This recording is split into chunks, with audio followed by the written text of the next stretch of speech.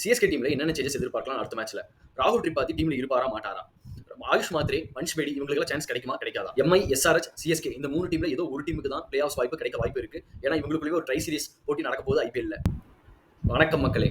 So CSK டீம்ல என்னென்ன changes இருக்கும் அப்படின்னு பார்க்கறதுக்கு முன்னாடி சிஎஸ்கே, எம்ஐ, எஸ்ஆர்எச் இவங்க 3 பேருக்கும் பிளே ஆஃப்ஸ் வாய்ப்பு எப்படி இருக்குன்னு பார்த்தலாம்.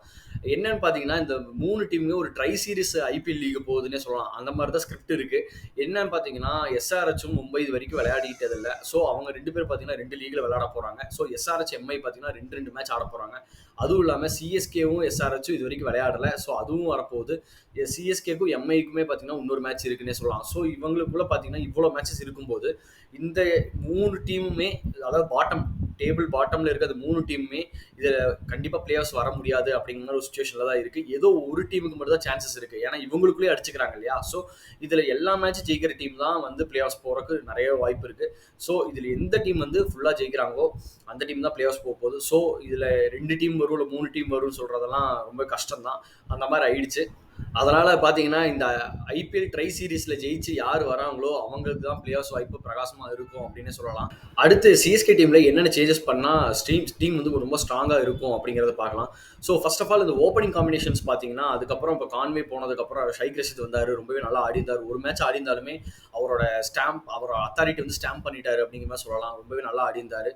ஒரு சின்ன ருத்துராஜ் கேக்வாட பார்த்த மாதிரி இருந்துச்சு. ஸோ ரச்சின் ரவீந்திராவும் ஒரு நல்ல ஃபார்ம்ல தெரிஞ்சாரு. ஷைக் ரஷீதும் நல்லா இருந்தாங்க. ஸோ ஓப்பனிங் காம்பினேஷன் செட் ஆயிடுச்சு அப்படிங்கிற மாதிரி சொல்லலாம். ஸோ அந்த ஒன் டவுன் பொசிஷன், முக்கியமான ஒரு ஒன் டவுன் பொசிஷன் பார்த்தீங்கன்னா ராகுல் திரிபாதி ஆடினாரு. அவர் இன்னுமே அவுட் ஆஃப் சார்ட்ஸ்ல தான் இருக்காரு. அவரோட ஃபுல் பொட்டன்ஷியல் இன்னும் காட்டவே முடியல அவரால். 5 மேட்ச் ஆடிட்டாரு. 55 ரன் அடிச்சிருக்காருன்னே சொல்லலாம். ஸோ அவரோட பொட்டன்ஷியல் வெளியிலே வரமாட்டேது. அவர் ரொம்ப ஸ்ட்ரகிள் பண்றாருங்கிறத உண்மை. அவரோட கிளாஸ் அதெல்லாமே எனக்கு எல்லாருமே தெரிஞ்சது தான். நல்லா ஆடி இருக்காரு இதுக்கு முன்னாடி. பட் ஆனால் இந்த வருஷம் அவருக்கு கிளிக் ஆகலை அப்படிங்கிறது ஒரு உண்மை. ஸோ இனியும் அவருக்கு ஒரு வாய்ப்பு கொடுக்கறத வந்து டீமை வந்து சூசைட் அட்டெம்ப்ட் அப்படின்னு சொல்லலாம். ஸோ கண்டிப்பாக சேஞ்ச் வந்து ராகுல் திரிபாத்தியை சேஞ்ச் பண்ணி தான் ஆகணும் அப்படிங்கிறது மாதிரி நான் நினைக்கிறேன். நீங்களும் அது மாதிரி தான் நினைப்பீங்கன்னு நினைக்கிறேன். நீங்கள் நினைக்காத கமெண்ட்ஸ் சொல்லுங்க. ஸோ அவர் ரீப்ளேஸ் பண்ணுறதுக்கு யாரை கொண்டு வரலாம் அப்படிங்கிற மாதிரி பார்க்கலாம். ஸோ அவர் ரீப்ளேஸ் பண்ணுறது யாரு அப்படின்னு பார்த்தீங்கன்னா, ஆயுஷ் மாத்ரே இருக்காரு. ஆயுஷ் மாத்ரே வந்து ருத்ராஜ் கேக்வாடுக்கு பதிலாக ரீப்ளேஸ்மெண்ட்டாக வந்து ஒரு 17 வயசு ஒரு சின்ன பையன். மும்பையை சேர்ந்தவர். மும்பை கிரிக்கெட் அசோசியேஷனுக்காக விளையாடிட்டு இருக்காரு. ஸோ ஜஸ்ட் ஒரு 17 இயர்ஸ் ஓல்டு தான் அவர். ரொம்பவே நல்லா பண்ணியிருக்காரு. அவரோட பேட்டிங்லாம் பார்த்தீங்கன்னா நல்லாவே தெரியும். அந்த அளவுக்கு நல்லா பர்ஃபார்ம் பண்ணியிருக்காரு. ஃபர்ஸ்ட் கிளாஸ் லீக்ல பார்த்தீங்கன்னா ரொம்பவே நல்லா ஆடி இருக்காரு. 2 செஞ்சுரிஸ் அடிச்சிருக்காரு. ஆவரேஜ் பார்த்தீங்கன்னா நல்லா வச்சிருக்காரு. அப்படிங்கிற பட்சத்தில் அவர் வந்து ரீப்ளேஸ் பண்ணலாம் அப்படின்னு நினைக்கலாம். பட் ஆனால் என்ன பிரச்சனை அப்படின்னு பார்த்தீங்கன்னா, அவர் வந்து ஒரு ஓப்பனிங் பேட்ஸ்மேனாக தான் மும்பைக்கு ஆடி இருக்காரு இது வரைக்கும். ஸோ அவரை தூக்கி ஒன் டவுன்ல ஆட வைக்கிறது கொஞ்சம் ஒரு டவுட்டான விஷயம் தான். அதுவும் இப்போதான் டீமுக்குள்ள வந்திருக்காரு. டீமுக்குள்ள என்ட்ரு ஆன உடனே அவர் வந்து ஒரு ஒன் டவுன் பேட்ஸ்லாம் வந்து ஆடுவாரா அப்படிங்கிறது டவுட் தான். ஸோ சிஎஸ்கே மேனேஜ்மெண்ட் என்ன டிசைட் பண்ண போறாங்க அப்படிங்கிறது பொறுத்து தான் பார்க்கணும். மேபி ஷைக் ரஷீதை வந்து ஒன் டவுன்ல ஆட வச்சுட்டு, ஆனால் ஷைக் ரஷீத் வந்து ஒரு மிடில் ஆர்டர் பேட்ஸ்மேன் தான் இது வரைக்கும். பட் ஆனால் ஓப்பனிங் பண்ணியிருந்தாரு போன மேட்ச்ல. ஸோ மேபி அவரே வந்து ஷஃபிள் பண்ணி கீழே கொண்டு வந்துட்டு ஆயுஷ் மாத்ரே ஓப்பனிங் பண்ணுவாங்களா அப்படிங்கிறத பொறுத்து தான் பார்க்கணும். பட் ஆனால் அது வந்து பண்ண மாட்டாங்கன்னு நினைக்கிறேன். ஏன்னா ஷைக் ரஷீத் வந்து நல்லாவே பண்ணியிருந்தாரு ஓப்பனிங் பொசிஷன்ல. ஸோ எடுத்த உடனே ஒரு மேட்ச் சான்ஸ் கொடுத்துட்டு உடனே ஒன் டவுன்ல கொண்டு வரது கொஞ்சம் டவுட் தான்.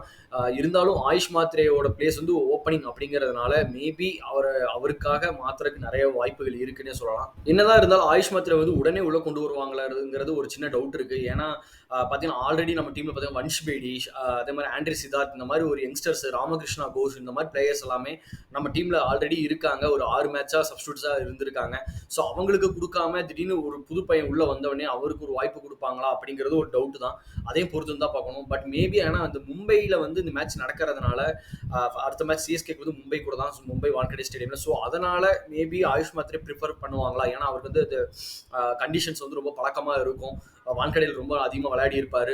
ஸோ அதனால அவரை ப்ரிஃபர் பண்ணுறதுக்கும் நிறைய வாய்ப்பு இருக்கு. ஆனால் என்னை கேட்டால் அவரே விளையாட வைக்கலாம். இல்லைனா வன்ஷ் பேடி இருக்காரு, அவரை கூட ட்ரை பண்ணலாம். ஆனால் வன்ஷ் பேடி வந்து ஒரு என்ன சொல்றது, நம்பர் 4 நம்பர் 5 அந்த மாதிரி ஒரு பேட்ஸ்மேனாக இருப்பாருன்னு நான் நினைக்கிறேன். ஸோ மேபி அவரை ட்ரை பண்ணி பார்க்கலாம். ஏன்னா நம்மளுக்கு வந்து ஒரு பவர் ஹிட் தான் தேவை. ஸோ அதனால வந்து ஒன் டவுன்ல இறக்கி விட்டு அவரை வந்து பவர் ஹிட்டராக யூஸ் பண்ணலான்னு நான் சொல்லுவேன்.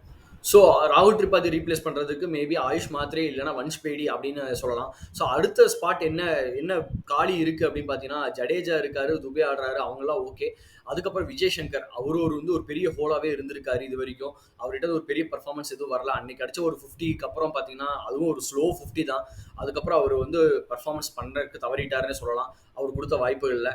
அவர் ஒரு இம்பாக்டையும் இது வரைக்கும் எதுவும் இது வரைக்கும் ப்ரொடியூஸ் பண்ணல. ஒரு பெரிய இம்பாக்ட் ஒரு 2 பால் 10 ரன் அந்த மாதிரி வந்த உடனே ஒரு 6, 4 அடிக்கிறது அந்த மாதிரிலாம் வந்து ஒரு இம்பாக்ட்டும் குடுக்கல. ஸோ மேபி அவரையும் ரீப்ளேஸ் பண்றதுக்கு நெறையாவே சான்சஸ் இருக்கு. ஸோ அந்த பட்சத்தில பார்க்கும்போது அந்த பிளேஸ்ல வந்து வன்ஷ் பேடி வந்தா நல்லா இருக்கும். அதுக்கு பதிலா ஆயுஷ் மாத்ரே வந்து ராகுல் திரிபாதி ரீப்ளேஸ் பண்ணா நல்லா இருக்கும்னு நெனைக்கிறேன். ஏன்னா வன்ஷ் பேடி பார்த்தீங்கன்னா ஆட்டோமேட்டிக் சாய்ஸ் வந்து அவர் வந்து ஒரு நம்பர் 4, நம்பர் 5, நம்பர் 6 அந்த மாதிரி ஒரு ஃபினிஷர் பேட்ஸ்மேன் தான் அவரு. விக்கெட் கீப்பர், ஃபினிஷர் பேட்ஸ்மேன் தான். சேகர் விளையாடுற அந்த இடத்துல வந்து வன்ஷ் பேடி இறக்கிட்டு ராகுல் திரிபாதி வந்து ரீப்ளேஸ் பண்றதுக்கு ஆயுஷ் மாத்ரே. ஏன்னா ஒன் டவுன் ஓப்பனிங் இதெல்லாம் பார்த்தீங்கன்னா ஆல்மோஸ்ட் ஒரு சேம் தான். மேபி அதெல்லாம் அந்த மாதிரி பண்ணலாம் அப்படிங்கிற மாதிரி நான் எதிர்பார்க்குறேன். ஸோ ஆயுஷ் மாத்ரே, வன்ஷ் பேடி இந்த 2 பேரையுமே உள்ள கொண்டு வந்துட்டீங்க அப்படிங்கிற பட்சத்தில் அவங்க டீம் ஆல்ரெடி நல்லா செட்டில் ஆயிரும்னு நினைக்கிறேன். ஏன்னா அவங்க ராகுல் திரிபாதி, விஜய் சங்கர் இந்த 2 பேர்கிட்ட எந்த ஒரு பெர்ஃபார்மன்ஸும் நம்ம கிட்ட கிடைக்கல இது வரைக்கும். ஸோ அவங்க பண்ண அந்த ஒஸ்ட் வந்து இந்த புது யங்ஸ்டர்ஸ்க்கு வாய்ப்பு கொடுக்கும்போது அவங்களை விட இவங்க வந்து ஒஸ்டா பண்ண மாட்டாங்க அப்படிங்கறத நான் நம்புறேன். ஏன்னா அவங்க 0 ரன் அடிக்கிறாங்கன்னா இவங்களும் அதே மாதிரி ஃபர்ஸ்ட் பால் டக் அவுட் வேணா ஆவாங்க தவிர அவங்க மாதிரி 4-5 பால் வேஸ்ட் பண்ணிட்டு டக் அவுட் ஆக மாட்டாங்க அப்படிங்கறத நான் நினைக்கிறேன்.